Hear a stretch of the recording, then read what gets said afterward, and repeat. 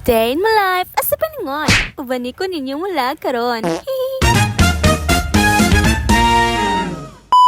Hi mga sangrens! So for today's video mga sang, ubanimin ninyo mo ato may sa may falls ka uban na humong mga sangre. So ni stop over sa mi diri kay mo palit mi og patuktok nga kanuno ni Edmar ka uban na hong best friend nga si Yumi. Bukang kay 7 kinds. Manok po dyan kabayot.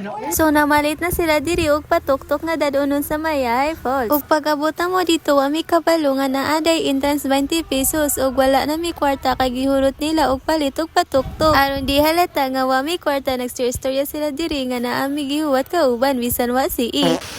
Ano itong kauban? Itong wato. Pagdali mo, oy. Pagdali ba?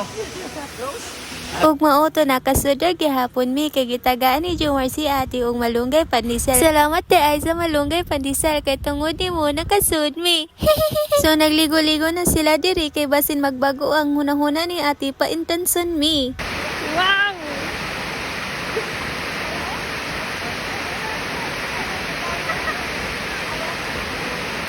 So diring tapita abi ko ug arang mapawara pero lam de ay mura na ko diri og baki nga naglangoy-langoy.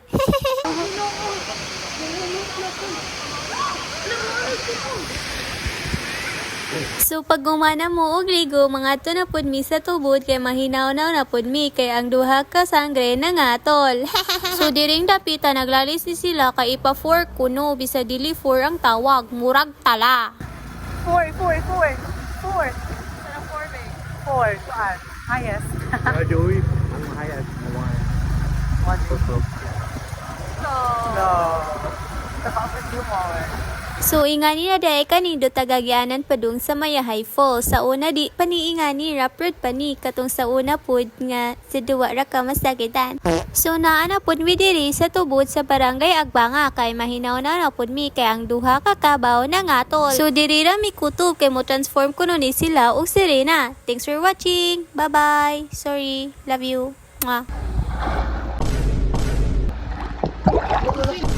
Okay.